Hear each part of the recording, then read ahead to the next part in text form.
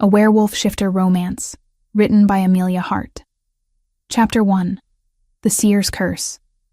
The boy would die in 3 days. Ilara Voss knew this the moment the blacksmith's wife appeared at her door, the child limp in her arms. Above the boy's fevered head floated ancient runas, silver against the morning mist. The symbols twisted and reformed, counting down with merciless precision. 3 days, 72 hours, 4,320 minutes until this woman would bury her only son. "Please," the woman begged, tears streaming down weathered cheeks. "You're the only one who might help him." Ilara's hands remained cold as she beckoned them inside her small cabin. The dwelling sat at the forest's edge, far enough from the village that people could pretend she didn't exist until desperation drove them to her door. 11 years she had lived here, isolated by a gift no one understood and everyone feared. She examined the child with gentle efficiency. His skin burned beneath her fingertips, his breathing shallow and labored. The runas above his head pulsed steadily, unchanging. Death had already marked him. Her power only revealed what fate had already decreed. "I have herbs that might ease his suffering," Ilara said quietly, moving to her shelves. Her cabin smelled of dried lavender and sage, bundles hanging from the rafters alongside strings of garlic and medicinal roots. Willow bark for the fever, chamomile to help him rest. "But can you save him?" The woman's voice cracked with desperate hope. Ilara's throat tightened. She could not lie, but neither could she speak the truth. If she revealed what she saw, they would blame her for the death rather than merely fearing her gift. It had happened before. "I will do everything I can," she replied, which was true enough. She would try, even knowing her efforts were futile. The numbers never lied. 3 days later, when the blacksmith carried his son's small body through the village square, the whispers began anew. Witch, Deathbringer, cursed. Ilara heard them from her cabin window, watched the torches flicker in angry hands as dusk fell. They did not come for her. Not quite. But the message was clear. Her presence was tolerated barely, and only because sometimes she could help. But she would never belong. That night Tavish arrived. Ilara heard his horse before she saw him, the steady clip of hooves on the forest path.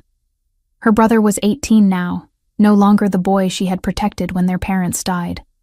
He sat tall in the saddle, his beta wolf giving him confidence and strength she would never possess. Above his head, the runas glowed with their familiar message, 87 years. She had checked it obsessively since he turned 13 and received his wolf. The number never changed, and each time she verified it, relief flooded through her. "You need to leave tonight," Tavish said without preamble, dismounting swiftly. His face was grave in the moonlight, his hazel eyes reflecting worry. "The Alpha King has issued a summons. Every person with unusual gifts must present themselves at Thornhaven Castle within 5 days. Ilara's breath caught. "And if they refuse?" "Death." The word fell heavy between them. The decree was absolute. "He's gathering people from across the kingdom. Seers, healers, those who can track better than any wolf. Anyone whose abilities exceed natural explanation." She wrapped her arms around herself. The autumn night suddenly colder. "They will kill me there just as surely as if I refuse to go.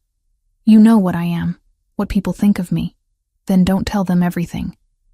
Tavish stepped closer, urgency coloring his tone. "Show enough to satisfy the summons, but not so much that they fear you. The Alpha King is said to be harsh but fair. If you prove useful rather than threatening, you might survive this." Above his head, those precious runas still promised 87 years. He would live. He would be safe. That knowledge steadied her when nothing else could. "I'll go," she said finally.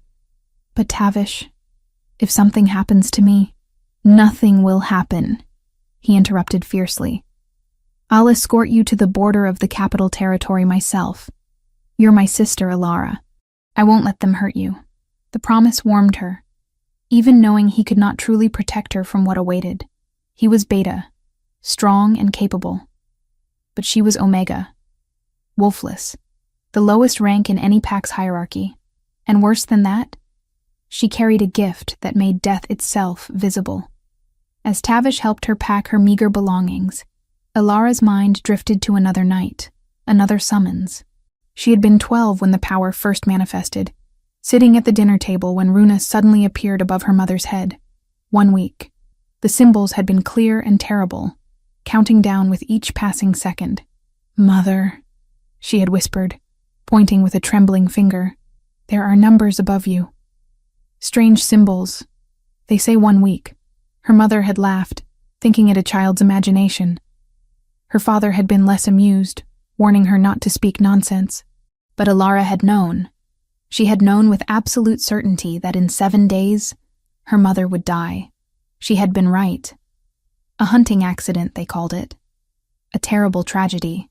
Her mother's horse had startled, throwing her against a tree. The neck had broken instantly, exactly 7 days after Ilara first saw the runas. The pack had not been kind in the aftermath. Whispers of dark magic, of curses brought upon the family by Ilara's presence. When her father could not meet her eyes without grief and perhaps fear shadowing his face, she had known she could not stay.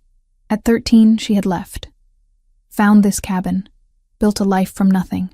Ready? Tavish's voice pulled her back to the present. Ilara looked around her small home one final time. She might never see it again. The thought should have frightened her more than it did. Instead, she felt only a strange numbness, as if she were already a ghost haunting her own life. The journey to Thornhaven took 4 days. Tavish stayed with her for 2, then had to return to his duties at the border pack. Before he left, he pressed a small pouch of coins into her hands. "For supplies," he said. "And Ilara, be careful. Trust your instincts." She watched him ride away, the runas above his head still promising 87 years of life. The knowledge was her only comfort, as she continued alone. On the 3rd day, she joined a merchant caravan heading toward the capital. The traders were wary of a lone woman traveler, but coin bought passage. She kept to herself, sitting at the edge of their evening campfire, watching the runas above each person's head. The merchants had decades ahead of them. The guards scattered between months and years, all except one. A young trader, barely 20, had runas that made her stomach turn. Tomorrow. The symbols glowed with cruel certainty above his laughing face as he joked with his companions. Ilara approached him carefully as the others began to sleep. "You should be cautious tomorrow," she said quietly. "Stay alert. Watch the roads." He looked at her with dismissive amusement. "Why? You having visions, witchwoman?" The word stung, but she kept her voice steady. "Just a feeling. Please, be careful." He laughed her off, returning to his bedroll. She did not sleep that night. At dawn, bandits struck. They came from the forest like shadows, blades flashing in the early light. The young trader died in the first moments, an arrow through his throat before he could even draw his weapon. The guards fought off the attackers. But by the time the dust settled, 3 were dead. The survivors looked at Ilara with new eyes. Eyes that held fear and suspicion in equal measure. She had warned him. How had she known? She did not wait for their questions, gathering her pack and walking away before they could decide whether she was prophet or curse. Thornhaven rose from the valley like a crown of black stone. The castle dominated the landscape, its towers reaching toward gray clouds. Banners bearing a silver wolf snapped in the wind. Ilara had never seen anything so imposing, so utterly foreign to her quiet existence in the forest. Guards at the outer gates examined her summons, their faces impassive as they waved her through. She was directed to join a growing group in a courtyard where 11 others waited. Each bore the same nervous tension, the same awareness that their lives might end today. Ilara studied them covertly. A woman with healing hands. A man whose tracking abilities reportedly exceeded any wolf's. Others with gifts she could not immediately identify. Above their heads, the runas told their stories. Decades for most, years for a few. All were adults. All bore supernatural abilities that set them apart. The massive oak doors swung open with a groan that echoed across stone. A herald's voice rang out, formal and cold. "All rise for His Majesty, Dominic Greythorn, Alpha King of the Northern Territories." He entered like a storm given human form. Ilara's breath stopped in her chest. The man was tall, broad-shouldered, moving with predatory grace that marked him as alpha even without the crown. His black hair was cut short, his beard neatly trimmed, emphasizing a strong jaw and sharp features. A scar cut through his right eyebrow, giving his amber gold eyes a fierce quality. He wore simple black clothing rather than ceremonial robes, but power radiated from him in waves that made every wolf in the room instinctively lower their eyes. Every wolf except Alara, who could not look away, because above his head, where runas should have appeared, there was nothing. No numbers, no symbols, only empty air where fate should have declared his end. For the first time in 11 years, Alara could not see when someone would die. Panic clawed at her throat. She blinked, willing the runas to appear. They must be there. They were always there. Everyone had an ending. But no matter how hard she stared, the space above the Alpha King's head remained blank. Empty. Void. Dominic's gaze swept across the assembled group, assessing each person with clinical precision. When his eyes reached Alara, they paused. Something flickered across his face, gone too quickly to name. Then he looked away, and she could breathe again. "You have been summoned because you possess gifts beyond normal capability," Dominic said, his voice carrying authority that demanded attention. "I will test each of you. Those whose abilities prove genuine will be offered positions serving the crown. Those who have lied or exaggerated will face consequences." He gestured to an elderly man standing beside the raised platform. The man's expensive robes marked him as someone important, though Alara did not recognize him. Above his head, runas glowed steadily. 18 months. "We will begin," Dominic announced.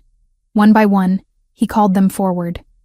The healer demonstrated her gift on a guard with an old wound. The tracker identified hidden objects throughout the hall. Each person's ability was scrutinized, tested, judged. Some were dismissed immediately. Others were told to remain. Finally, Dominic's attention settled on Alara. "You. Step forward." Her legs felt unsteady as she approached the platform. Up close, the Alpha King was even more intimidating. He towered over her, his amber eyes studying her face with an intensity that made her want to flee. "Name," he commanded. "Alara Voss, Your Majesty." "Your gift." She swallowed hard. How much truth should she reveal? "I can see things about people, things that will happen to them." "Demonstrate." Her mind raced. She needed to prove her ability without revealing its full scope. Her gaze landed on the elderly man in expensive robes, the one with 18 months above his head. "That man," she said, pointing. "He will not live to see another full year pass." The man, Aldous Merrick, according to the hushed whispers around her, stiffened. Dominic's eyes narrowed. "That is a guess, not proof.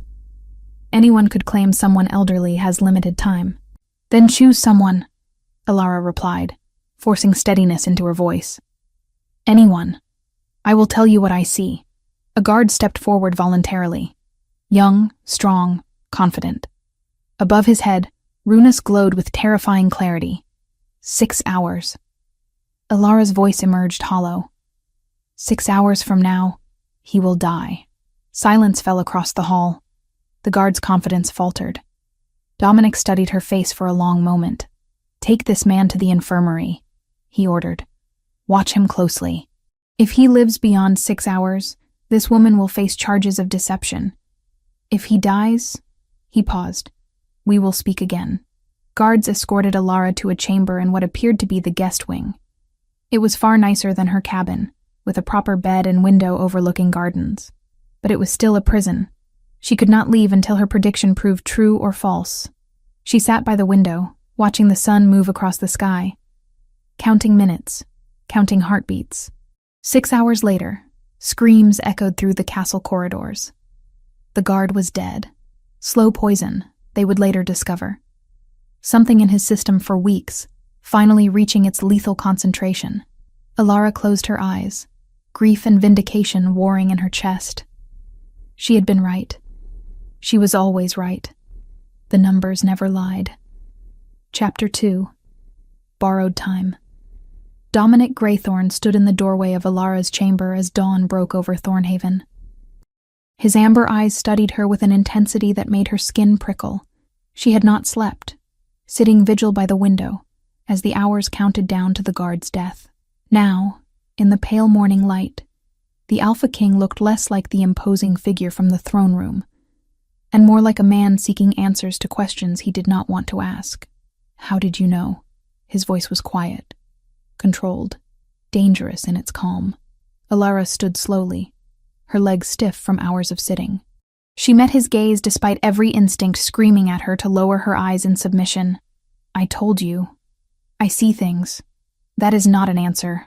He stepped into the room, closing the door behind him. The space suddenly felt much smaller. A man is dead. Poisoned, the healers say. Slow acting in his system for weeks.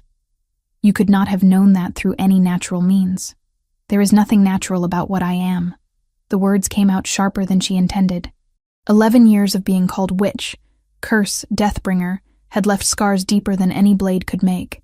Dominic moved to the window, standing where she had kept her vigil. "Explain it to me. Everything.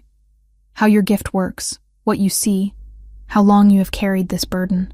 Burden, not curse. The word choice caught her off guard. She swallowed hard, choosing her words carefully. "When I look at people, I see symbols above their heads. Ancient runas, written in a language I never learned but somehow understand. They show me when someone will die. Not how, not why. Just when. How long have you had this ability?" "Since I was 12. The memory rose unbidden. Her mother's face, laughing at the dinner table. The runas appearing like cruel prophecy above her head. My mother was the first. I saw 1 week above her. 7 days later, she died in a hunting accident." Something flickered across Dominic's face. Understanding, perhaps.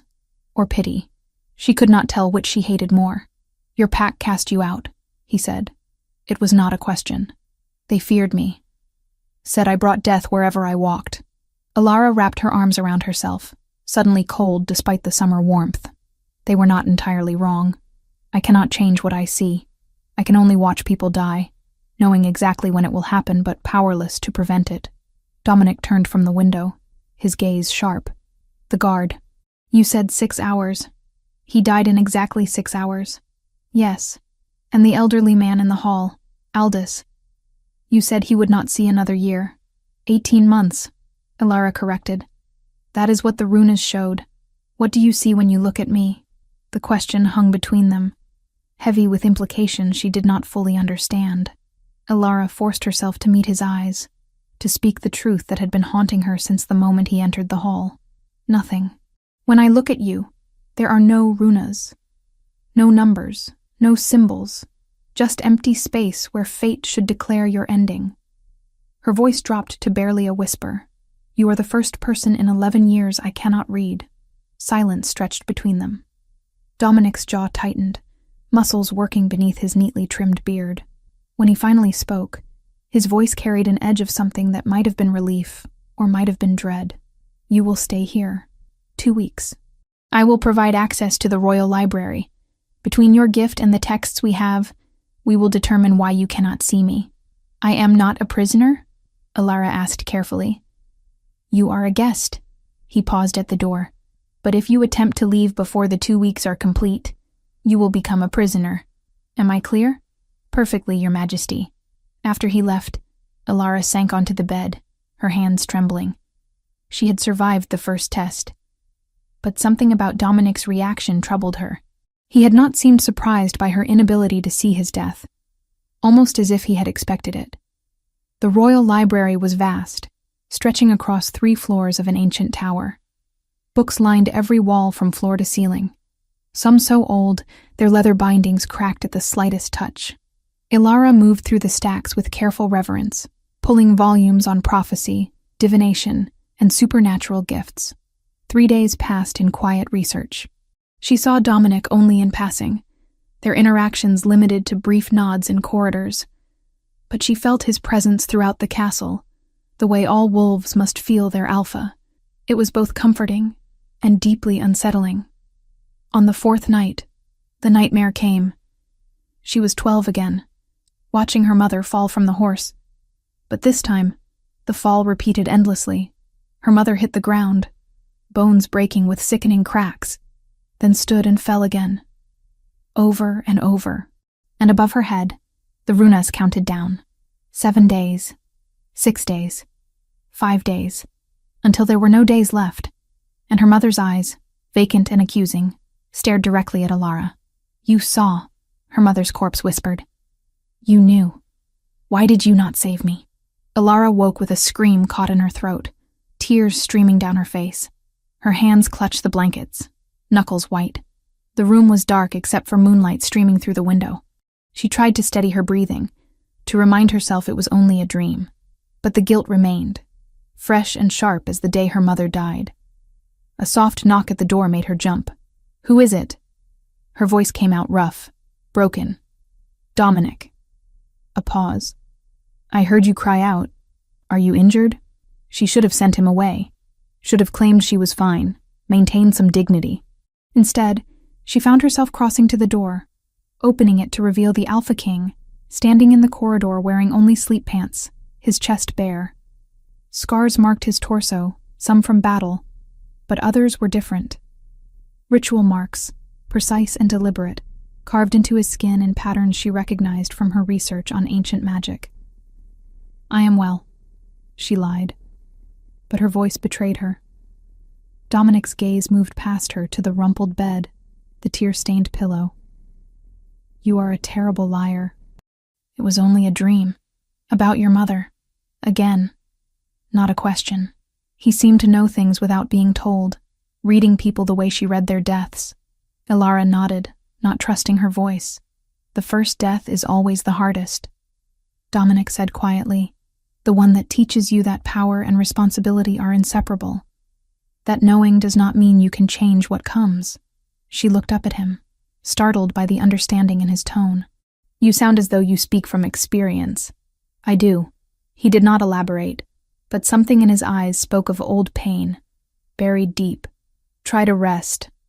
The library will still be there in the morning." He turned to leave, but Alara found herself speaking before she could stop herself.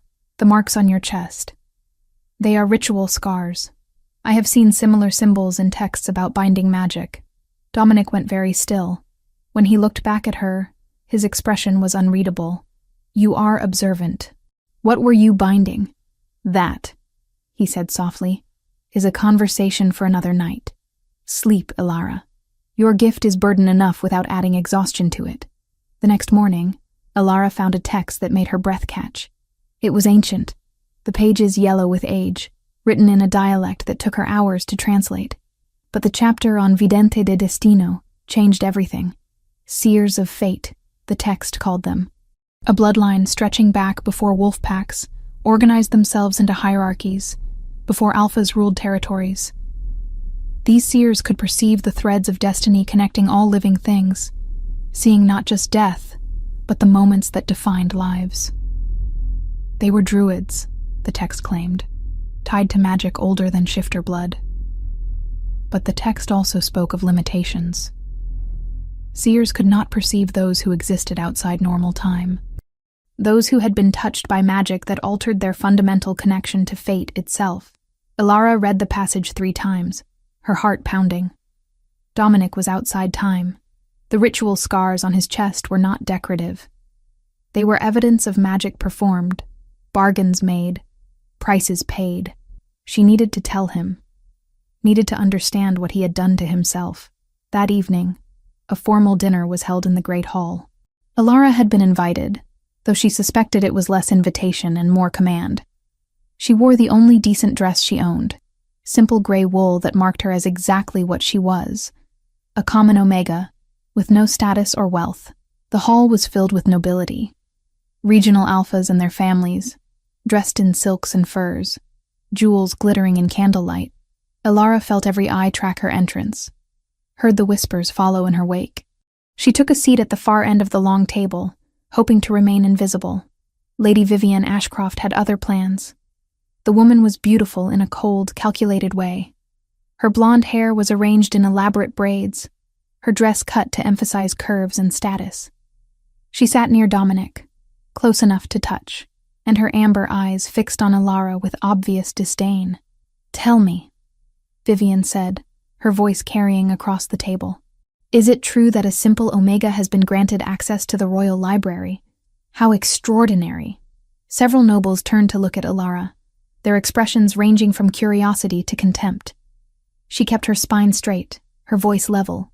"His Majesty was generous enough to allow my research." "Research?" Vivian laughed, the sound sharp. "What could an Omega possibly research? Unless," her eyes narrowed, "you are looking for ways to bewitch our king further.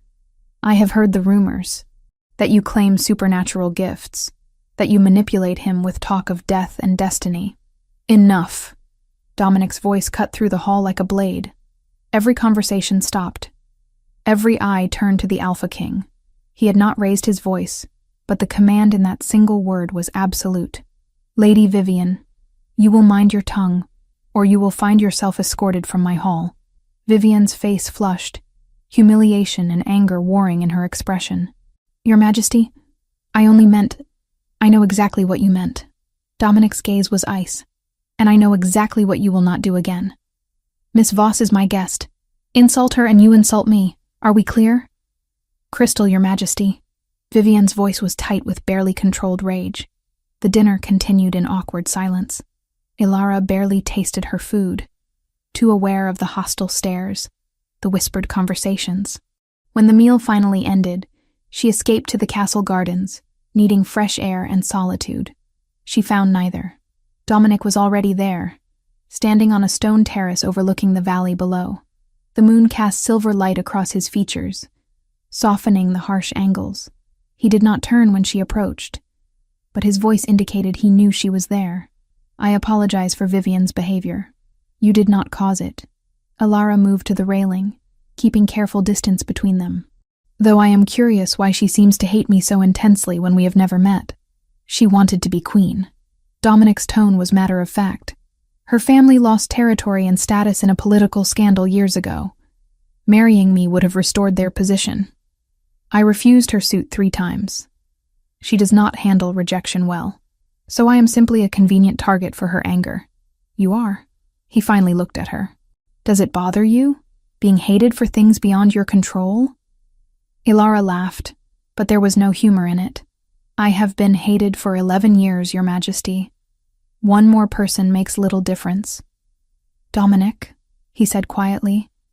"When we are alone, you may call me Dominic." The informality surprised her.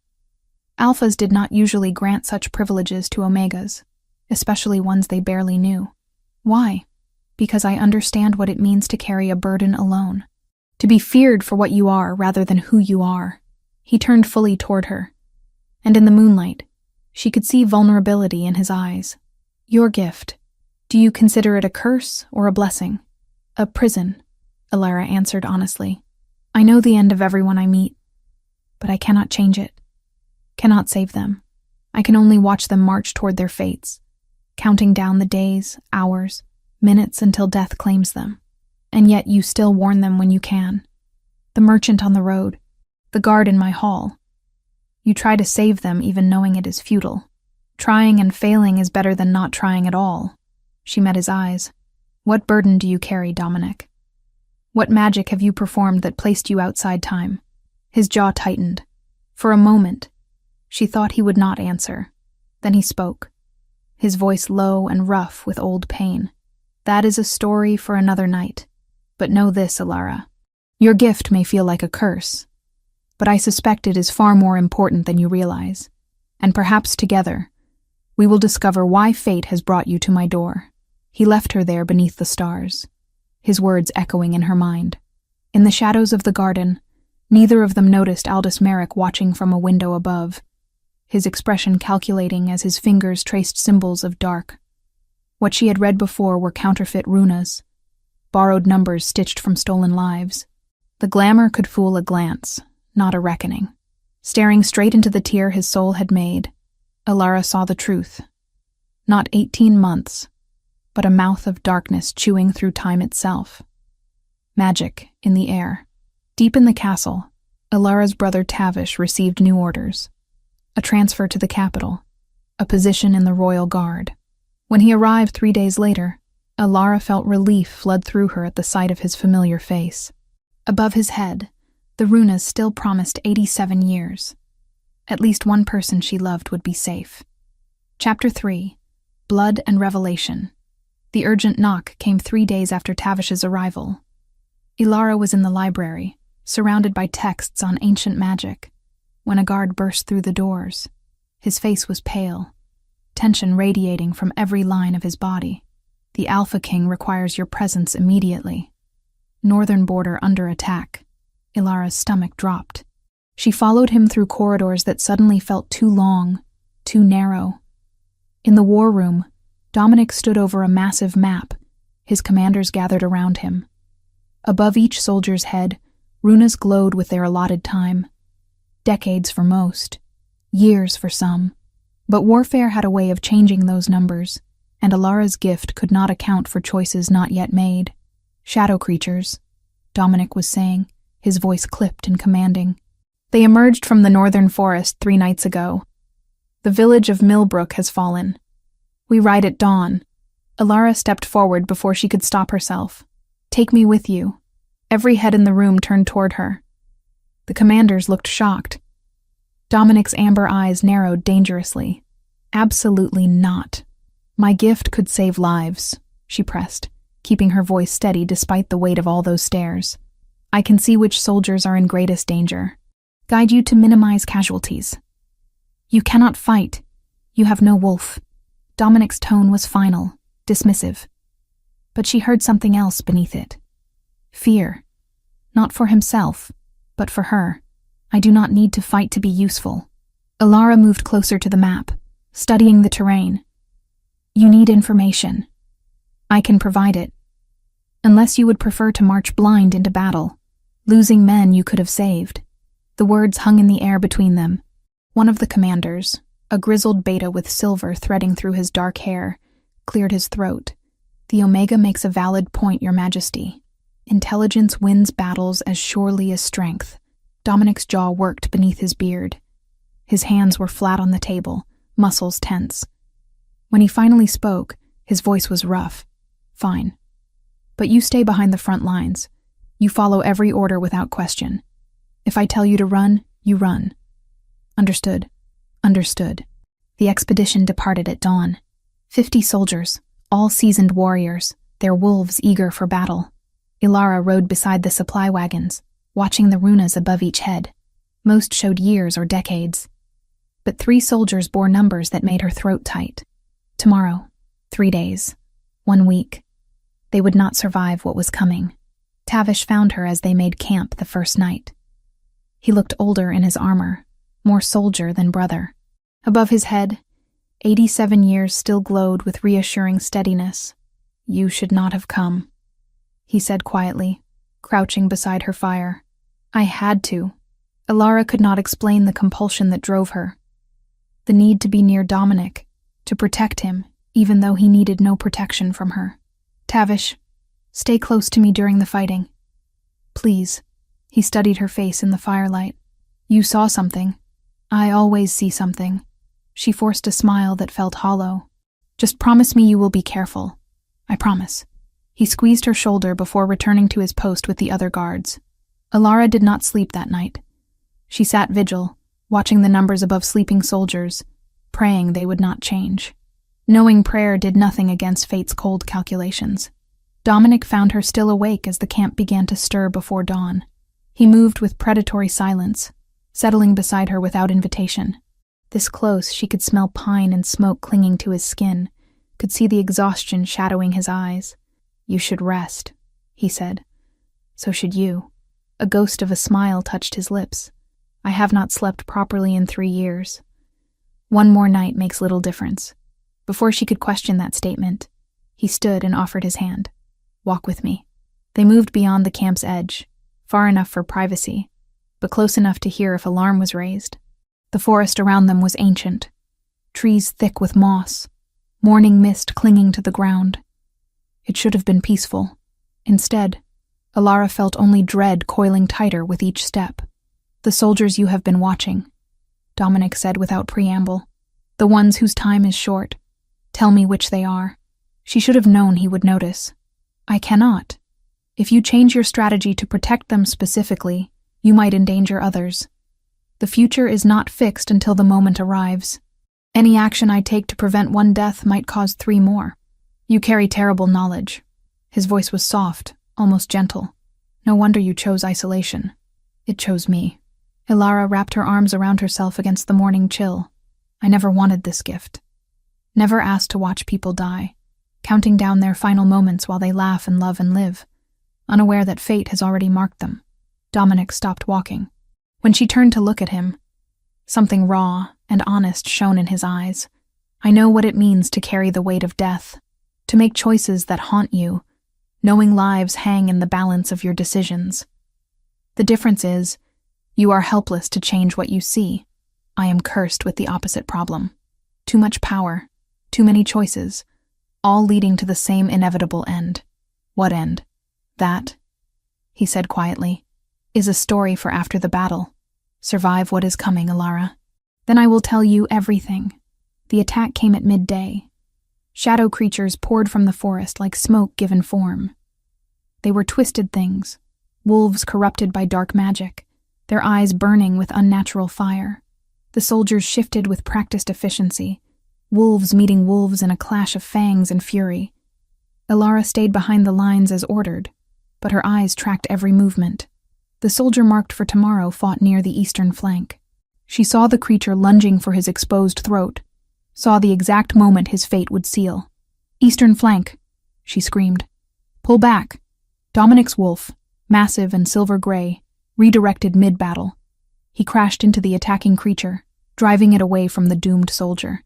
The man stumbled backward, alive. For now. The battle raged.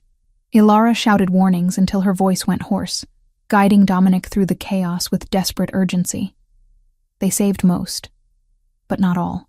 The soldier marked for 1 week fell beneath 3 creatures, his death scream cutting through the din.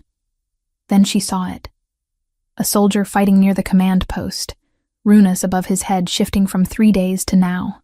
The change happened in an instant, fate adjusting to new circumstances. He would die. Right now. Unless... Ilara ran without thinking. She crashed into the soldier just as a shadow creature lunged, claws extended. They hit the ground hard. She felt the creature's fetid breath, saw its jaws descending toward her throat. Then, a silver-gray wolf slammed into the monster with bone-crushing force. Dominic's wolf was enormous, radiating dominance and rage. He tore into the creature with savage precision, each strike calculated to kill.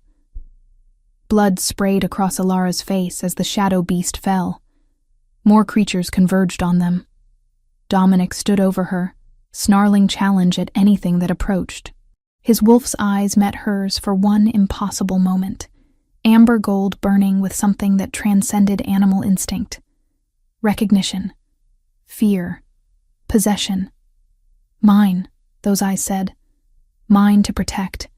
Guards rallied to their king. The creatures were driven back, forced to retreat into the forest's depths. As the last shadows fled, Dominic's wolf turned and left without looking back. Ilara remained on the ground, her hands shaking, her heart racing so fast she thought it might burst from her chest. Tavish pulled her to her feet. "Are you hurt?" "No." The word came out breathless. "I am fine," but she was not fine. She could still feel the weight of Dominic's wolf standing over her, could still see that look in his inhuman eyes. Something had shifted between them in that moment of violence and protection, something that terrified her. The camp that night was subdued. They had won, but victory tasted of ash and blood. 7 soldiers dead, 12 wounded. It could have been worse.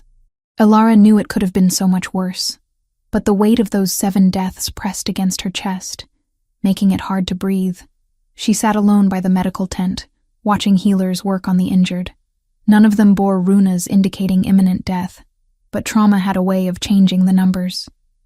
She could do nothing but wait and watch. "You saved that soldier's life." Dominic's voice came from behind her. He had shifted back to human form, dressed in simple clothes, blood still staining his skin. He moved stiffly, favoring his left side, wounded, though he would never admit it. I could not save the others. No, he sat beside her, close enough that their shoulders almost touched. But you saved many who would have died without your warnings. That counts for something. Ilara turned to look at him properly. In the firelight, exhaustion carved deep lines around his eyes. But something else was there too, something softer than she had seen before. You protected me, she said quietly. You could have died. I would do it again. The words were simple, absolute. The moment I saw you in danger, nothing else mattered. Not strategy, not the battle, just you. Her breath caught. Why? Dominic was quiet for a long moment. When he spoke, his voice was rough with emotion barely contained. Since you arrived at my castle, something has been changing inside me. I have felt nothing but cold emptiness for 3 years, existing without truly living, going through motions without purpose. Then you appeared, and suddenly I am feeling things I thought I had lost forever. Anger, fear, hope. He paused. Desire. Ilara's pulse thundered in her ears.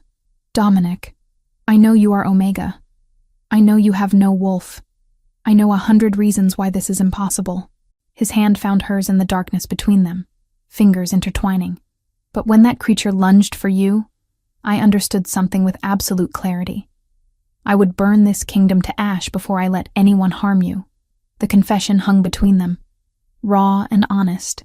Ilara knew she should pull away, should remind him of the gulf that separated their ranks. But his hand was warm in hers, and his eyes held something that looked devastatingly like hope. Tell me, she whispered. Tell me why I cannot see your death. Tell me what you sacrificed. Dominic's grip tightened. Then slowly, he began to speak. 3 years ago, a portal opened on the northern border. Not shadow creatures, but something worse. Demons from a realm beyond our world, hungry to devour everything. My father tried to seal it using his life, but the magic required more than life. It required future. All possible futures, every path not yet taken, every choice not yet made. My father had lived most of his life.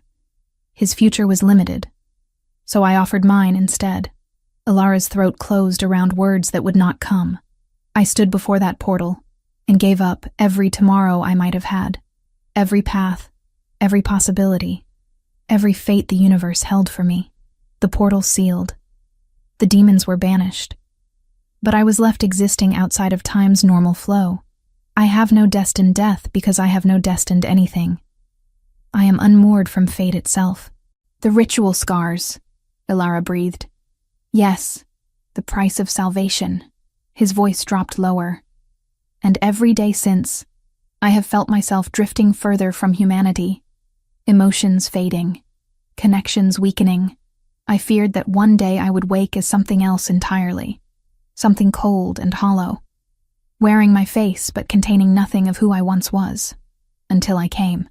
Until you came. He turned fully toward her, his free hand rising to cup her cheek.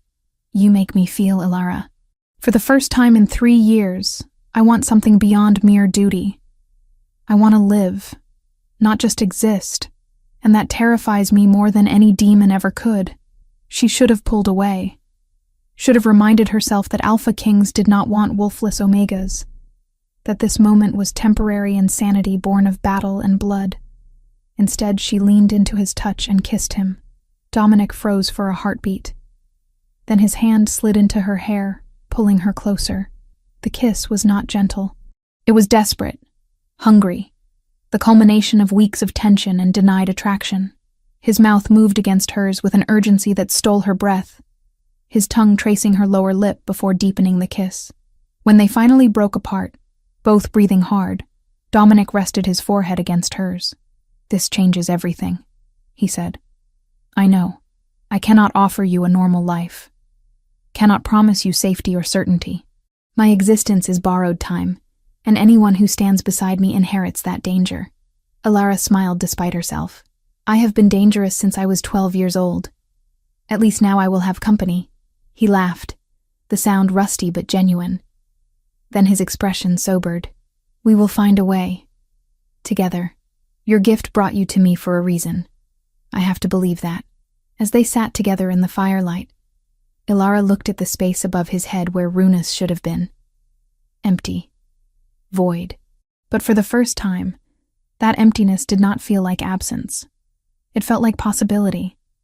They would find a way to anchor him back to time, to give him a future worth living. She had to believe that too, because the alternative, losing him to the same fate that claimed everyone she had ever tried to save, was unthinkable. Chapter 4. Shadows and Accusations. The journey back to Thornhaven took 3 days. Ilara rode beside Dominic now. Their relationship shifted into something neither could name, but both felt with startling intensity. They did not speak of the kiss, but it lingered between them in every glance, every accidental touch. The soldiers noticed. Tavish noticed. And in the shadows of the camp each night, Aldous Merrick noticed most of all. The counselor had accompanied the expedition, advising on matters of territory and law. Ilara had paid him little attention before, focused as she was on the battle and Dominic's revelation. But now, watching him move through camp with oil-smooth grace, she felt unease crawl beneath her skin. There was something wrong about Aldous, something that had nothing to do with the 18 months. For a heartbeat, the symbols above the counselor looked too perfect, lacquered, almost painted on glass, before settling into neat, reassuring lines. Ilara dismissed the prickle along her spine as nerves. Later she would know better. Some fates gleam because they've been polished to hide the rot beneath, glowing above his head. On the second night, as guards changed shifts and most slept, Ilara rose from her bedroll. Sleep evaded her, her mind churning with questions about Dominic's sacrifice and what it meant for both their futures. She walked to the edge of camp, seeking solitude beneath the stars. A council meeting was being held near the command tent. She had not intended to eavesdrop, but voices carried in the still night air, Dominic's deep rumble, the beta commander's measured tones, and Aldous, his voice smooth as poisoned honey. "The Omega has proven useful," Aldous was saying, "though one wonders at the wisdom of keeping such power close to the throne. Seers have been known to manipulate those they advise. Miss Voss has done nothing but help." Dominic's response was cold. "She saved lives today. Of course, Your Majesty. I meant no disrespect." A pause. "I merely suggest caution. Power attracts power, and not all gifts come without strings attached." Ilara's hands clenched. She should walk away, should not listen to whispered poison. But something kept her rooted in place. The meeting ended shortly after. As the commanders dispersed, Ilara caught a glimpse of Aldous through the tent flap. He stood alone for a moment, and in that instant, she looked at him properly. Really looked, the way she had learned to look at people over 11 years of reading death. Above his head, where Runus should have glowed with their promise of 18 months, there was emptiness, but not the neutral void she saw above Dominic. This was different, darker. A black hole that seemed to swallow light rather than simply lacking it. Corruption made visible, though only to her cursed eyes. Her breath caught. She knew that darkness, had read about it in texts describing those who sold their souls to forbidden magic. Bruxos das Trevas, the ancient scholars called them, warlocks who traded their natural connection to fate for power that came from realms better left untouched. Aldous was not what he seemed, and he had been in Dominic's inner circle for how long? Ilara turned and nearly ran back to her tent, her mind racing. She had to tell Dominic, had to warn him that his most trusted advisor was something monstrous wearing human skin. But how to do so without sounding mad? Without revealing the full extent of what she could see? She would find a way. She had to. But Aldous had not survived decades of deception by being careless. He had noticed her noticing him, and he had plans already in motion. They reached Thornhaven on the 3rd day. The castle rose from the valley like a dark promise, its towers piercing gray clouds. Ilara felt relief at seeing those familiar walls, even though she had only been there a short time. It felt more like home than her forest cabin ever had. Tavish found her as they dismounted in the courtyard. His armor bore new dents, evidence of the battle. But above his head those precious runas still promised 87 years. She wanted to hug him. to hold on to the one piece of family she had left. Instead, she simply gripped his arm briefly. "You fought well," she said quietly. "You saved us." His eyes were serious. "Half the regiment would be dead without your warnings. They know it. They are grateful, even if they do not say so. Gratitude fades quickly when fear takes root." Ilara knew this truth too well. "Be careful, Tavish. Something is wrong here. I can feel it." Before he could question her, a guard approached. "Miss Voss? His Majesty requests your presence in the council chamber." She followed the guard through familiar corridors, her unease growing with each step.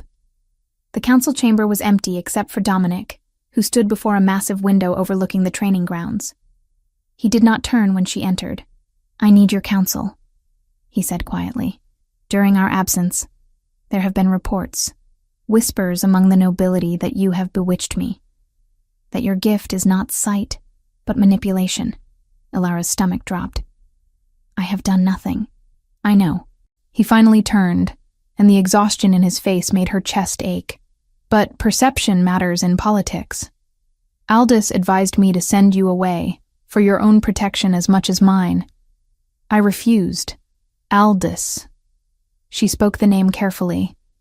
"Dominic, I need to tell you something about him." The doors burst open.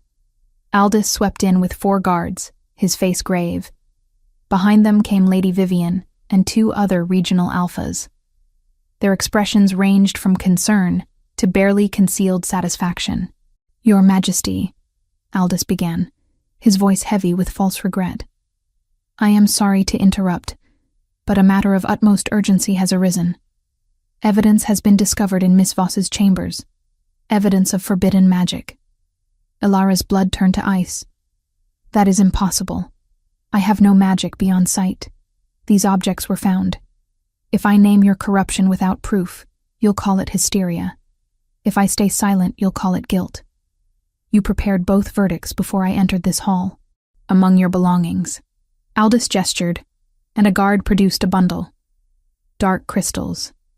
Herbs known for their use in curses. A book bound in leather that radiated wrongness even from across the room. "They were hidden beneath your bed. The servants found them while cleaning. I have never seen those things before in my life."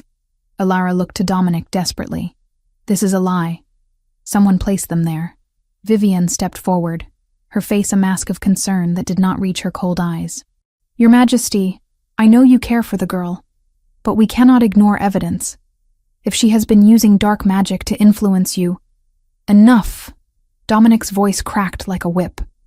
But his face was stone, unreadable. When he looked at Ilara, she saw something that terrified her more than Aldous' accusations. Doubt. Not in her, but in himself. In his ability to see clearly past his feelings. "As Alpha King, I must follow the law," Dominic said, each word seeming to cost him. "Miss Voss, you are hereby confined to quarters pending formal investigation. If these accusations prove false, you will be released with our apologies. If they prove true..." He did not finish the sentence. "Dominic, please." Ilara reached for him, but guards stepped between them. "You know me. You know I would never..." "Take her to the North Tower," Dominic ordered, his voice empty of emotion. "Comfortable quarters, but guarded. No visitors without my express permission." The guards gripped her arms. Not roughly, but firmly enough that she could not break free. As they led her away, Ilara looked back once. Dominic stood frozen, his hands clenched at his sides. Above his head, that empty space where fate should declare his end, mocked her. She could save no one.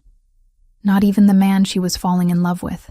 The tower room was nicer than her forest cabin had been. A proper bed with clean linens, a window showing gardens below, a small table with chair. But the door was locked from outside, and when she tested it, unyielding wood met her efforts. She was a prisoner in all but name. Hours passed. The sun moved across the sky, marking time she did not feel. Ilara sat by the window, her mind churning. Aldous had planned this perfectly. He had planted evidence during their absence, knowing she would have no way to defend herself. But why? What did he gain from her removal? Unless he wanted Dominic isolated, vulnerable. Without the one person who might see through whatever scheme he was planning, the realization hit her like a physical blow. Aldous was going to kill Dominic, had probably been planning it for months, waiting for the right opportunity. And she had walked directly into his trap. She had to warn someone, had to find a way out of this room. Footsteps approached her door. Ilara turned, hope flaring. Perhaps Dominic had come to his senses. Perhaps Tavish slipped inside, closing the door quickly behind him. His face was tight with worry. "I have maybe 5 minutes before the guards notice I am here." "What is happening?" "It is Aldous." The words tumbled out rapidly.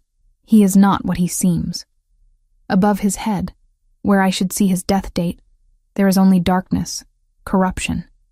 He sold his soul to dark magic, and now he is moving against Dominic. You have to—" "I believe you." Tavish gripped her shoulders. "But Ilara, without proof, no one else will. They will say you are desperate, lying to save yourself. Then find proof." She grabbed his hands.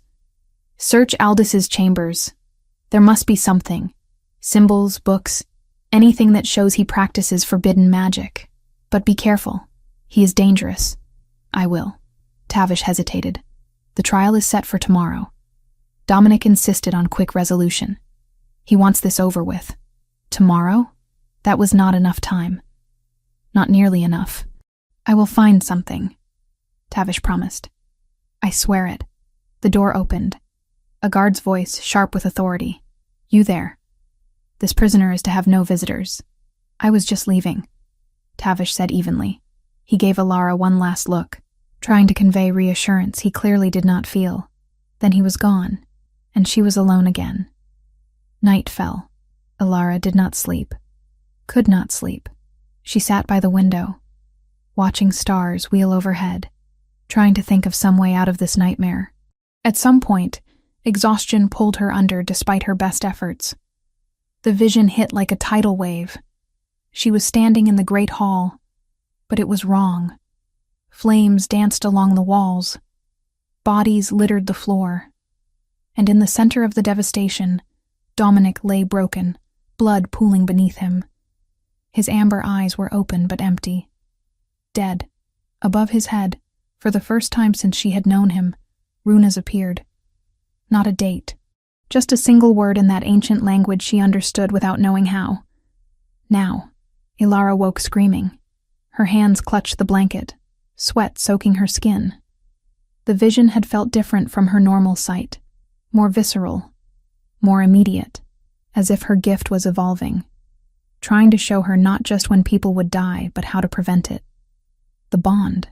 It had to be the bond forming between her and Dominic. Whatever connection they were building was changing both of them in ways neither understood. She had to tell him, had to warn him that Aldous planned to strike during the trial, when protocol demanded Dominic be unarmed and vulnerable. But when dawn came, and guards brought her a simple breakfast, they refused to send word to the king. "His Majesty is preparing for the trial. He cannot be disturbed." "Please," Ilara begged. "Just tell him I need to speak with him. 5 minutes. That is all I ask. No visitors. No messages." The guard's face was not unkind, but his orders were absolute. "I am sorry, miss." The day crawled toward noon, the time of the trial. Ilara paced her room, desperation clawing at her throat. She tried the window, but it was too high to jump without breaking bones. She tried the door again, but magic had been worked into the lock. She was trapped, helpless, forced to watch time tick away toward disaster. As the noon bells began to toll, the door finally opened, but it was not rescue. It was the same guards from before. "Time for the trial, Miss Voss. His Majesty awaits." They escorted her through corridors that seemed to stretch forever. Other nobles passed, their faces showing curiosity, fear, anticipation of spectacle. Above their heads, runas glowed with their allotted times. Decades, years, months, all except one. They passed Aldous in the hallway leading to the great hall. He smiled at her, and in his eyes, she saw victory. He had won. Dominic would die today, and there was nothing she could do to stop it, unless she could break through protocol and reach him, unless she could make him listen before Aldous struck. The great hall doors loomed ahead, already opening to reveal the assembled court within. Every alpha in the region, every noble who mattered. And at the center, Dominic sat on his throne, unarmed as tradition demanded, waiting to pass judgment on the woman who had captured his heart. Elara took a breath and stepped forward into whatever fate awaited. She had saved no one in 11 years of seeing death approach, but today she would try one more time, even if it cost her everything. Chapter 5. The Trial of Fire. The Great Hall had never felt so oppressive. Every noble family in the Northern Territories filled the stone chamber, their eyes tracking Elara as guards led her forward in iron chains. The metal was cold against her wrists, heavy enough to remind her of her place. Omega. Accused. Powerless. Dominic sat on the obsidian throne, his face carved from stone. He wore formal black robes that made him look every inch the Alpha King, remote and untouchable. The throne itself was ancient, forged in an era when justice and mercy were considered separate virtues. Today, he would dispense the former. Whether she would receive the latter remained uncertain. Above the assembled crowd, Runus glowed in steady rhythm. Decades, years, months, all except the space above Dominic's head, which remained as empty as always. And Aldous, whose corruption-black void made Elara's stomach turn whenever she glanced his direction. The elderly counselor stood to Dominic's right, his expensive robes immaculate, his expression grave with false concern. He had orchestrated this perfectly. During their absence at the border, he had planted evidence, bribed servants, woven a web of lies so complete that even truth might not be enough to escape it. "Bring forth the accused," the court herald announced, his voice echoing off vaulted ceilings. Elara walked the length of the hall between rows of hostile stares. She kept her spine straight, her chin high. They wanted to see her broken. She would give them nothing. Tavish stood among the guards near the wall. Their eyes met briefly. He gave the smallest shake of his head. He had not found proof. Despite searching through the night, despite risking everything, he had found nothing concrete to prove Aldous practiced dark magic. Above his head, 87 years still glowed with steady promise, but his face was tight with helpless fury. She was alone in this, as she had always been alone. "Elara Voss," Aldous began, his voice smooth and reasonable. "You stand accused of practicing forbidden magic, of using dark arts to manipulate His Majesty's affections and judgment, of bringing corruption into the very heart of our kingdom. How do you answer these charges?" "I am innocent." Her voice carried clearly through the hall. "I possess only the gift of sight. I have done nothing but serve faithfully since arriving in Thornhaven. Yet objects of dark magic were found in your chambers." Aldous gestured to a table where the planted evidence lay. Crystals that pulsed with wrong energy, herbs that smelled of decay, the leather-bound book that made her skin crawl from across the room. "These were discovered hidden beneath your bed. Do you deny they are yours?" "I deny it absolutely. I have never seen those things before. Someone placed them there to frame me." Murmurs rippled through the assembled nobles. Lady Vivian, seated near the front, smiled with barely concealed satisfaction. Her amber eyes held triumph as she watched Elara struggle. "A convenient claim," Aldous said mildly. "Tell me, Miss Voss, if these items are not yours, who would have reason to plant them? Who stands to gain from your disgrace?" The trap was obvious. If she accused Aldous directly without proof, she would appear desperate. If she remained silent, guilt would seem to confirm itself through her inability to offer alternative explanations. "I do not know," Elara said carefully, "but I know my own truth. I am no witch. My gift is sight, not manipulation." "Ah, yes, your gift." Aldous turned to address the crowd. "She claims to see when people will die. A useful talent, certainly, but also one that could easily be fabricated. After all, how would we verify such claims? She could simply wait for natural deaths to occur and claim she predicted them. "I predicted the guard's death 6 hours in advance," Elara countered. "To the minute. That was no fabrication. Or perhaps you poisoned him yourself," Aldous suggested quietly. "Ensured your prediction would come true to establish credibility. then used that credibility to manipulate our king. The accusation hung in the air. Alara felt the crowd's mood shift. They wanted to believe her guilty, wanted a simple explanation for why their Alpha King would pay attention to a wolfless Omega. Magic was easier to accept than genuine connection. Enough. Dominic's voice cut through the speculation. Counselor Merrick, you have presented your evidence. Now allow Miss Voss to present her defense. Of course, Your Majesty. Aldous bowed slightly. Though I wonder if she can provide any defense at all. Perhaps she might demonstrate her gift. Show us something about our king that only a true seer could know. The crowd murmured approval. Alara's hands clenched within the chains. This was the moment Aldous had been building toward. Force her to admit she could not read Dominic, make it seem like proof her powers were false. Or force her to reveal Dominic's secret sacrifice, exposing vulnerability to enemies. She met Dominic's eyes across the hall.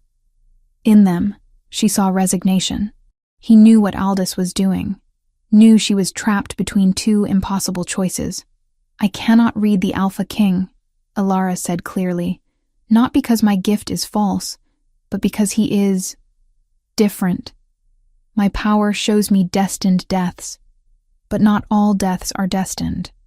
Some fates are unmade by choices and sacrifices beyond normal comprehension. The words were careful, revealing enough to explain her limitation without exposing Dominic's specific sacrifice. But Aldous was not finished.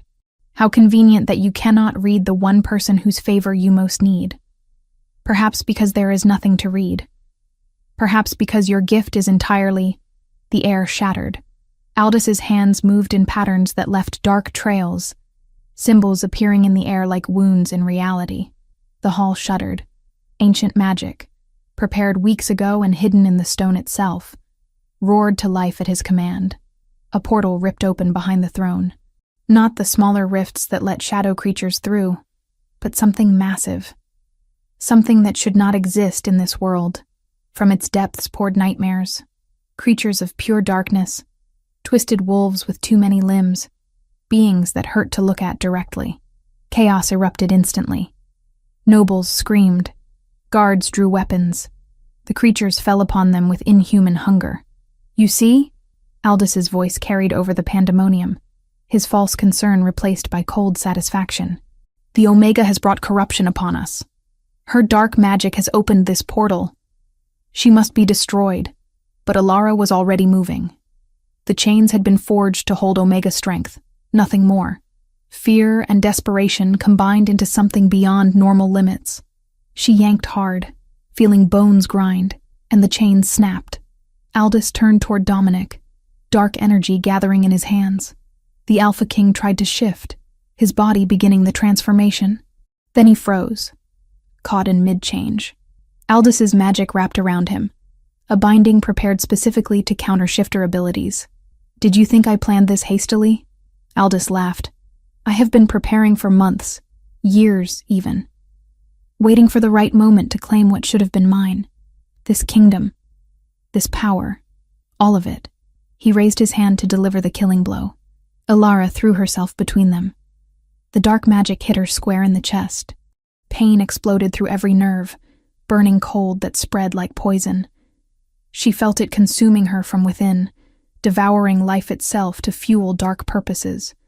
She fell, her vision graying at the edges, but her sacrifice had bought seconds. Dominic, seeing his mate dying, broke through Aldous' binding through sheer force of will. The price was visible. Blood ran from his nose, his eyes. Power like that cost pieces of soul. But he did not hesitate. The transformation completed in a heartbeat. Dominic's wolf was massive, silver-gray fur rippling over muscles built for dominance. His amber eyes burned with rage that transcended human understanding. He launched himself at Aldous with predatory speed. The battle was brief and brutal. Aldous was powerful, his dark magic devastating. But Dominic was Alpha King, and Aldous had just struck his mate. There was no contest. Teeth found throat. Claws tore flesh. Blood sprayed across the throne in dark arcs. Around them, guards rallied. Tavish led a group against the shadow creatures, his training evident in every coordinated strike. The portal shuddered, weakening without Aldous to sustain it. Vivienne tried to slip away in the chaos. She made it 3 steps before Tavish spotted her. He moved to intercept, intent only on capture. But Vivienne had grabbed a fallen guard's sword. She lunged with desperate skill, forcing Tavish to defend himself. The fight was ugly. Tavish was better trained, but Vivienne fought with the fury of someone who had lost everything and had nothing left but revenge. She aimed a strike at an elderly noble who had collapsed nearby. Tavish threw himself in the way, his blade finding her chest even as hers found his shoulder. Vivienne fell by dusk. A formal writ spared Tavish from censure. 3 sworn accounts, and the angle of Vivienne's blade proved his block had been a shield and not an execution. Even so, the northern courts would ache with the echo, favor shifting hands in the spaces where her family's whispers used to live. Her eyes widened in shock, then emptied. The first person Tavish had ever killed. The weight of it would come later. Right now, there was only survival. Dominic stood over Aldis's broken body. The counselor's eyes were still open, still aware. His mouth worked, trying to speak curses or pleas. It did not matter. Dominic's jaws closed around his throat one final time. Aldis Merrick died without dignity, blood pooling beneath the throne he had coveted. The portal collapsed in on itself. The remaining creatures dissolved like smoke. Silence fell across the hall, broken only by the groans of wounded and the quiet sobbing of those who had lost loved ones in the attack. Dominic shifted back to human form, not bothering with modesty. He ran to where Alara lay, gathering her into his arms. Her skin was cold, her breathing shallow. Dark veins spread across her chest where Aldis's magic had struck, visible corruption eating at her from within. Alara. He said her name like a prayer. Stay with me. Do not leave me. Not now. Her eyes fluttered open. Gray-silver, but fading. Dominic, she whispered. I'm sorry. I tried to warn you.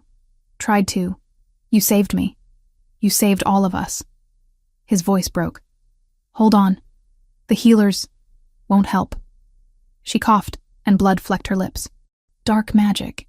It consumes from within. There is no cure. No. The word was absolute denial. I refuse to accept that. I did not survive 3 years of emptiness to lose you now. Around them, nobles fled or stood frozen. Guards secured the hall. Tavish approached slowly, his own wound forgotten, horror clear on his face as he saw his sister dying. Your Majesty, a healer said carefully, kneeling beside them. I am sorry. She speaks truth. This magic is beyond our skill. It will kill her within the hour. Then we have an hour to find another way. Dominic stood, cradling Alara against his chest. Clear the hall. Now. Everyone out. But Your Majesty, out. The command was Alpha's will made manifest. Every wolf in the hall felt compelled to obey. They fled, leaving only Tavish hesitating at the door. Go, Alara whispered to her brother. Trust him. Tavish left with obvious reluctance. The doors boomed shut. Alone amid the carnage, Dominic carried Alara to the center of the hall, the ancient circle used for coronations and bindings. The place where kings were made and unmade, where power flowed strongest in all of Thornhaven. He laid her gently on the stone, his hands shaking. I know a way, he said. There is always a price, but I will pay it. I will pay anything. Alara looked up at him through dimming eyes. What are you going to do? Save you, Dominic said simply. Even if it costs me everything I have left. He began to speak words in a language older than their kingdom, older than wolf packs, perhaps older than shifters themselves. Magic answered his call, silver and gold light beginning to spiral around them both. The anchor ritual. The runes above Dominic did not count down now. They circled, an infinity sigil threaded with Alara's mark, signaling a single future braided from 2 lives. The binding of fates, the merging of destinies. One way or another, in the next hour, everything would change. Chapter 6. The Anchor's Bond. The great hall felt cavernous in its emptiness. Bodies of fallen nobles and guards lay where they had been struck down, blood pooling on ancient stone. The air still crackled with residual magic, the aftermath of Aldis's betrayal hanging like smoke. But Dominic saw none of it. His entire world had narrowed to the woman dying in his arms. Alara's skin was cold, gray spreading from the center of her chest where dark magic had struck. Her breathing came in shallow gasps, each one sounding more labored than the last. The corruption was visible now, black veins spiderwebbing across her neck and face, consuming her from within. "Dominic," she whispered, her voice barely audible. "It hurts. I know." He carried her to the center of the hall, to the ancient circle carved into the floor. Generations of Alpha Kings had been crowned here, their power sealed into stone, through rituals older than written history. If anywhere in Thornhaven could support the magic he was about to attempt, it was this place. "I know, and I'm going to fix it." He laid her gently within the circle, the stone still warm from the battle's heat. Her gray-silver eyes tracked his movements, lucid despite the pain. Above her head, where runas should have shown her death date, there was only chaos. Symbols flickering in and out of existence, time itself confused by the dark magic eating at her. "There is a ritual," Dominic said, kneeling beside her. His hands shook as he pushed hair back from her face. "I found it weeks ago, hidden in the oldest texts. I did not tell you because I feared what it would mean, what it would cost. Tell me now." Her hand found his, grip weak but determined. "It is called the Anchor of Destiny. A binding between two souls, one who exists outside of time, and one who can perceive the threads of fate." His voice roughened with emotion. "If performed correctly, it can restore my connection to the natural flow of time, anchor me back to reality through a mate bond strong enough to override the sacrifice I made." Alara's eyes widened. "But there is a price. There is always a price. The risk is yours," Dominic admitted, the words tasting like ash. "The ritual requires blood, consent, and the marking of mates. But dark magic is already killing you, and this is the only way to expel it. If we succeed, we both live. If we fail," he could not finish the sentence, "we could both die," Alara said quietly. "Or worse, be trapped between worlds forever." "Yes." She was quiet for a moment, her breathing labored. Then, impossibly, she smiled. "Then, we had better not fail. Alara, you do not have to—" "I spent 11 years watching people die, powerless to save a single one. Not even my own mother." Her grip on his hand tightened. "You are asking if I will risk everything to save you, to save us both. The answer is yes. It has always been yes." Dominic felt something break open in his chest. 3 years of emptiness, of existing without truly living, shattered under the weight of her words. "I do not deserve you. Good thing I am not asking what you deserve." Her smile turned wry despite the pain. "Now stop wasting time and save us both, Alpha King." He laughed, the sound raw and honest. Then he drew the ceremonial blade that every ruler carried, the one forged for rituals precisely like this. The edge was sharp enough that he barely felt it as he drew it across his palm. Blood welled immediately, dark red against his tanned skin. "Your hand," he said softly. Alara extended her left hand without hesitation. The blade parted her skin cleanly. She hissed at the pain, but did not pull away. Her blood was lighter than his, almost pink in the low light. Dominic pressed their bleeding palms together, fingers intertwining. The moment their blood mingled, power sparked between them. Not the violent explosion of battle magic, but something deeper. Recognition on a level that transcended physical form. "The words are old," Dominic warned. "Older than our language. Older than this kingdom. I do not fully understand them, but I know what they mean, what they promise. Then speak them." Dominic closed his eyes, reaching for the words that had been carved into his memory. Through weeks of secret study, they came not from his mouth, but from somewhere deeper, pulled from the part of him that was Alpha, that was power incarnate. The language was harsh, guttural, each syllable carrying weight that normal speech lacked. As he spoke, light began to gather around them. silver and gold, twining together in spirals that defied physics. The circle beneath them glowed, responding to magic it had not felt in centuries. Alara gasped as the power touched her. It was not painful, but overwhelming. She could feel Dominic's soul brushing against hers, could sense the vast emptiness where his future should have been. 3 years of existing without destiny had left him hollow, a vessel waiting to be filled. The ritual required more than words. It required action. Intent made manifest. "Mark me," Dominic said, his voice rough with power and emotion. "Claim me as yours, Alara. Bind us together." She understood instinctively what he meant. The mate bite, the marking that shifters use to declare their bond. But she had no wolf, no fangs to break his skin properly. For a moment, panic threatened. Then she felt her own power rising to meet his, silver light intensifying around her.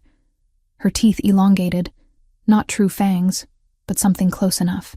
The Vidente de Destino bloodline was older than shifters, tied to magic that predated the neat categories of wolf and human. If this ritual needed her to mark him, her power would provide the means. Dominic tilted his head, exposing the vulnerable junction of neck and shoulder. An alpha offering his throat was an act of ultimate trust. He was placing his life, his kingdom, his very existence in her hands. Alara leaned forward and bit down. The world exploded. Power detonated from their joined forms, silver and gold merging into white light so bright it should have been blinding. Alara felt herself torn from her body, consciousness expanding beyond physical limits. She saw everything, felt everything. All of Dominic's possible futures unfolded before her in an instant. Thousands of timelines, millions of choices, every path he might have walked had he not sacrificed his destiny 3 years ago.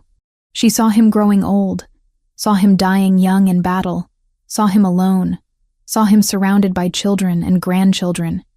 Every possibility compressed into a single overwhelming vision. Then she saw the threads converging, the chaos of infinite futures collapsing down, down, down into one single strand. A future anchored not in fate's cold calculations, but in choice. In love, in the bond they were forging between them. The dark magic in her chest screamed as the ritual's power burned through it. She felt it being expelled, ripped out by roots that had burrowed deep into her soul. The pain was excruciating, worse than the initial strike. She wanted to let go, to release Dominic's hand and end the agony, but she saw what would happen if she did. Saw both their futures winking out like snuffed candles. So she held on, gripping his hand hard enough to feel bones grind, and poured everything she had into the bond forming between them. Dominic's voice joined hers in a scream that was not entirely human. He felt her dying, felt the dark magic trying to consume the woman who had become his entire world. Every instinct demanded he shift, fight, destroy the threat, but the only way to save her was to remain exactly as he was, anchored in place, letting the ritual do its work. Time lost meaning. Seconds or hours might have passed. Finally, mercifully, the light began to fade. The power spiraling around them gradually dissipated, sinking back into the stone circle that had contained it. Their voices cut off simultaneously, leaving them gasping in sudden silence. Alara collapsed against Dominic's chest. Her hand was still clasped in his, their blood dried and mingling. The dark veins that had been spreading across her skin were gone. Her breathing, though rapid, was no longer labored. She was alive. Above Dominic's head, where there had always been empty void, runas now appeared, but they did not show a death date. Instead, they showed a symbol Alara recognized from her research into ancient texts. The symbol of infinity, 2 loops intertwined forever, merged with her own personal marker. Understanding crashed through her. They were bound now, truly and completely. Their fates were one. They would live together, age together, die together. Neither could exist without the other. The ritual had not simply saved them. It had made them one being in 2 bodies. It worked. Dominic breathed against her hair. By all the gods, it actually worked. Alara pulled back enough to look at him. His eyes were different now. Warmer, more alive than she had ever seen them. The emptiness that had haunted him was gone, replaced by something that looked devastatingly like joy. "How do you feel?" she asked. "Whole." His hand came up to cup her face, thumb brushing across her cheekbone. "For the first time in 3 years, I feel whole. Connected. Real." His voice dropped lower. "And I feel you. Inside me, part of me. Is it the same for you?" She nodded, not trusting her voice. The bond was overwhelming. She could sense his emotions as clearly as her own, could feel his heartbeat as if it were synchronized with hers. They were separate people, but also fundamentally linked in ways that transcended normal mate bonds. A soft knock at the door made them both tense. "Your Majesty?" Tavish's voice, cautious and worried. "May I enter?" "Yes," Dominic called, helping Alara sit up fully. Neither of them bothered to hide their joined hands. Tavish pushed through the heavy doors, his eyes immediately finding his sister. Relief flooded his face. So intense it was almost painful to witness. He had killed someone today, had watched Alara nearly die. The trauma was written in every line of his body. "You are alive," he said, voice rough. "Both of you. We are." Alara extended her free hand toward him. "Come here." Tavish crossed the hall quickly, kneeling beside them. Up close, she could see blood on his armor, a wound on his shoulder that had been hastily bandaged. Above his head, 87 years still glowed with steady promise, but his face was haunted.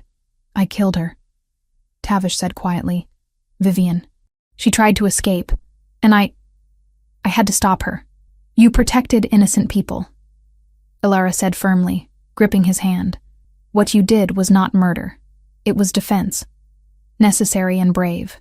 It does not feel brave." His eyes were wet. "It feels like I will see her face every time I close my eyes." "You will," Dominic said, his voice gentle but honest. "The first death never leaves you. But with time, you will learn to carry it.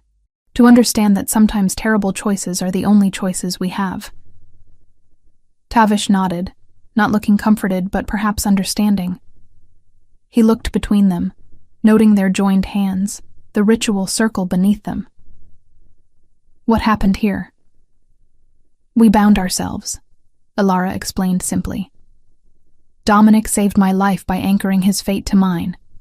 We are mates now, in every sense of the word." "Then I am glad." Tavish managed a weak smile. "You deserve happiness, sister, even if it comes in strange forms." "What of the hall?" Dominic asked, reluctantly releasing Alara's hand to stand. He pulled her up with him, keeping her close. "The creatures, the conspirators, all contained," Tavish reported, rising as well. "The portal closed when Aldous died. The remaining shadow creatures dissolved shortly after. We have captured 3 nobles who were clearly in league with him. Lady Vivian is dead. The regional alphas are demanding an audience to understand what transpired." "Let them demand." Dominic's voice carried alpha authority. "They will wait until I am ready to address them. First, we tend to our wounded and honor our dead, and determine what to do about us," Alara added softly. Looking at Dominic, she saw her own uncertainty reflected back. They had bound themselves in the heat of desperation, but now they had to face the political reality of an alpha king mated to a wolfless omega. The nobility would not accept it easily. "We face it together," Dominic said, as if reading her thoughts. Through the bond, perhaps he had. "Whatever comes, we face it as one." It was both promise and warning. Their lives had changed irrevocably in the space of an hour. The trials ahead would test them in ways neither could yet imagine. But for now, standing in the ruins of the great hall with her brother beside her and her mate's hand firm in hers, Alara allowed herself a moment of simple gratitude. She was alive. Dominic was alive. The bond between them thrummed with strength and possibility. Above Dominic's head, that infinity symbol glowed softly, a reminder that some fates once chosen could never be unchanged. She found she did not mind at all. Chapter 7. The Kingdom Transformed. The weeks following Aldous' death transformed Thornhaven.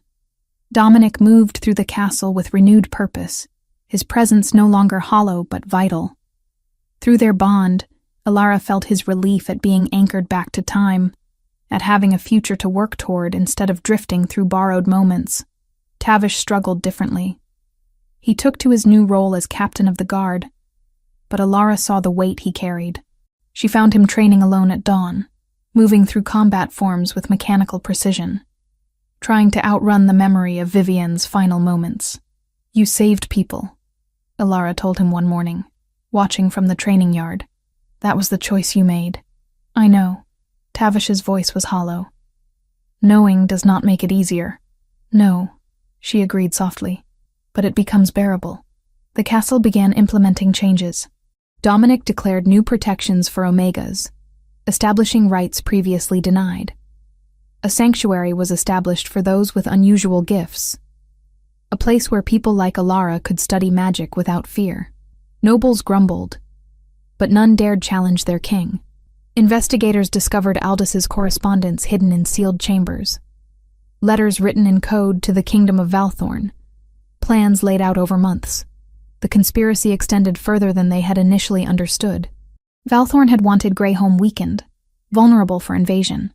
"They will try again," one of Dominic's commanders warned during a council meeting. "Once they learn Aldous failed, they will not abandon their ambitions. Let them come." Dominic replied coldly. "But first, we prepare." 3 weeks passed in constant preparation. Dominic mobilized elite warriors, positioning them throughout the castle. Tavish commanded security arrangements, his traumatized demeanor replaced by fierce competence. Alara used her evolved power to mark danger with precision, identifying critical vulnerabilities. Her gift had changed fundamentally after the ritual. She no longer simply saw death dates above people's heads. Now she sensed the moments that mattered most, the branches in fate where crucial decisions would be made. She could feel the imminent threat hanging over the wedding celebration like storm clouds gathering. "Something comes," she told Dominic one night, standing on the castle walls. "The wedding will draw enemies. Valthorn will strike." "I know." His hand found hers. "We will be ready." The wedding was set for the new moon, 3 weeks away. Every noble in the Northern Territories received invitations. Among them surely would be Valthorn's agents. Dominic insisted the ceremony proceed regardless. Canceling would show weakness and give enemies more time to plan. Alara spent her remaining days learning what it meant to be queen. The protocol was suffocating. She had to memorize the proper way to acknowledge each noble family, the intricate dances of court politics, the unspoken rules governing her behavior. It was utterly unlike anything in her 11 years of isolation, but she had support. Tavish walked with her through corridors, offering quiet encouragement. Dominic appeared in unexpected moments, pulling her away from lessons to steal kisses that made her forget entirely about hierarchy and tradition. Their bond hummed with constant awareness of each other, a thread of connection that made separation feel physically wrong. "Are you frightened?" Dominic asked one evening, holding her against his chest as they overlooked the valley below. "Yes," Alara admitted. "Of the attack, of failing you, of discovering I am not strong enough for this. You are stronger than anyone I know." His chin rested on her head. "You have survived alone for 11 years, watched people die without losing your compassion, saved my life at the cost of your own, and learned to rule in a matter of weeks. If that is not strength, I do not know what is." The night before the wedding, Alara had another vision. She saw the ceremony bathed in moonlight, saw soldiers positioned throughout the gardens, saw Tavish fighting near the main gates, saw herself standing beside Dominic as enemies poured through weakened defenses. But this time, unlike the earlier vision of catastrophe, she saw them winning, saw themselves victorious, their bond forged in combat and sealed in blood. "Tomorrow," she whispered to Dominic in the darkness before dawn. "Everything changes tomorrow." "I know," he said, and kissed her with desperate tenderness, as if trying to imprint himself on her very soul. "And I would not change a single moment that led to you." The wedding day arrived with deceptive calm. The sky was clear, stars beginning to emerge as twilight fell. The garden where they would speak vows glowed with lanterns. Hundreds of nobles gathered, expecting ceremony and celebration, unaware that danger waited in shadows. Ilara wore a gown woven from silver starlight, the fabric seeming to glow from within. Dominic stood at the center of the ancient circle, dressed in black formal robes, his expression showing no hint of the warriors hidden throughout the castle. Above his head, that infinity symbol marked his fate, intertwined forever with hers. As the ceremony began and they began speaking vows written in the old language, Ilara felt it. The moment fate pivoted, the instant when possibility became action. Everything was about to change. Chapter 8. Crown and Infinity. The vows were barely half-spoken when chaos erupted. Mercenaries emerged from the darkness, blades drawn, eyes filled with Valthorn's gold. Portals tore open near the castle gates. Soldiers poured through, seasoned warriors preparing to strike at the heart of Greyholm's power. Dominic shifted before the first weapon fell. His silver wolf caught an assassin mid-leap, fangs finding throat. Around them, the hidden guards revealed themselves, forming a protective perimeter. Tavish commanded the defense with ruthless precision, his trauma replaced by ice-cold focus. Ilara remained in human form, her power the only weapon she needed. She felt the connections between all the combatants, could sense the critical moments where outcomes hung in balance. "Left flank," she cried, pointing as Tavish's group nearly broke. "Reinforce now." Dominic's wolf fought with terrifying grace, each movement calculated to protect the civilians gathered for ceremony. He was faster, stronger, but also controlled. He could have killed indiscriminately. Instead, he cornered enemies, forced them to surrender or flee. A Valthorn commander, massive and scarred, engaged Dominic directly. Their battle shook the ground beneath fighting feet. But Dominic was no longer hollow. He was anchored to time, to Ilara, to purpose. The bond between them thrummed through every strike. He won not through strength alone, but through the knowledge that someone believed in him completely. Tavish cornered a group of infiltrators near the inner gates. His movements were deadly, efficient. He had processed his trauma through training and purpose. When he looked at Ilara afterward, his eyes held neither celebration nor guilt, only acceptance that sometimes survival demanded hard choices. The battle lasted less than an hour. Valthorn's forces, unprepared for the castle's defensive capabilities, retreated in disarray. Their commander fell to Dominic's fangs. The portals collapsed as invaders fled. Silence fell across the garden, broken only by panting breath and the groans of wounded. The wedding decorations, so carefully arranged, lay trampled and torn. Yet somehow, the ancient circle where Dominic and Ilara had stood remained untouched, waiting for their commitment to be completed. Dominic shifted back to human form, blood staining his skin but his eyes clear and present. He looked at Ilara across the chaos, and despite everything, he smiled. "Shall we finish?" he asked. Laughter bubbled up in her throat, breathless and real. Yes. Healers tended the wounded while guards secured the grounds. The ceremony resumed in that ancient circle, simplified but no less sacred. When Dominic pulled her close and kissed her, declaring her his mate before all assembled, the survivors erupted in cheers that sounded like relief and victory combined. 3 days later, order was restored. The wounded recovered. The dead were honored. Valthorn's retreat was confirmed through scouts. The immediate threat had passed. Months dissolved into seasons. Ilara settled into her role as queen, establishing programs that transformed how Greyholm treated those with supernatural gifts. Tavish took command of a new territory in the eastern borderlands, building something of his own. Above his head, 87 years still glowed with steady promise. Dominic governed with a gentleness that surprised the nobility. He was still alpha, still commanded absolute authority, but there was warmth to him now. The bond with Ilara kept him grounded, kept him feeling. He would never be entirely comfortable with emotion, but he no longer fought against it. A year after the wedding, Ilara stood in the castle gardens, one hand resting on her swollen belly. The child growing inside her carried blood from both their lines. Alpha and Vidente merged into something new. Dominic found her there as the sun began its descent toward evening. He wrapped around her from behind, one hand covering hers on their child. "Any visions about this one?" he asked softly. "Not about death," Ilara said, tilting her head to look up at him. About life, about choices and possibilities. This child will have power, but not the curse I carried. Something different. Something better. What do you see? I see. She paused, reading the threads of destiny. 87 years. The same as Tavish. Perhaps there is pattern to my gift I did not understand before. Perhaps bloodlines written in fate carry meaning. Dominic kissed her temple. And what of us? What do you see above my head these days? She turned in his arms and pointed upward. Above his head, that infinity symbol glowed eternally, merged with her own marker. Not a death date, but something far more precious. A future unfolding moment by moment, bound eternally to hers. I see forever, Alara said simply.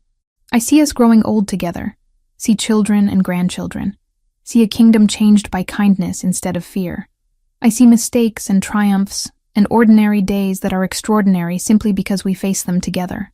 That, Dominic said, kissing her properly, is exactly what I hoped for. As the sun set over Thornhaven, painting the sky in shades of gold and crimson, two people stood in a garden and contemplated their future. The woman who could see death in everyone's eyes no longer saw death in her own destiny. The Alpha King who had existed outside time was now firmly anchored to the present, fully alive for perhaps the first time in his life. They had been brought together by circumstance, by duty, by a need so desperate it transcended normal limitations. But what had grown between them was something stronger than any ritual could create. It was love earned through sacrifice, trust built through revelation, and partnership forged in fire and sealed in blood. The Vidente and the Alpha King had found their happiness not through defying fate, but by choosing to write their own story within it. And in that choice, they discovered that the most powerful magic of all was simply deciding to stay. Above their heads, as stars began to emerge in the twilight, two symbols glowed eternal. Infinity, merged with infinity, forever intertwined.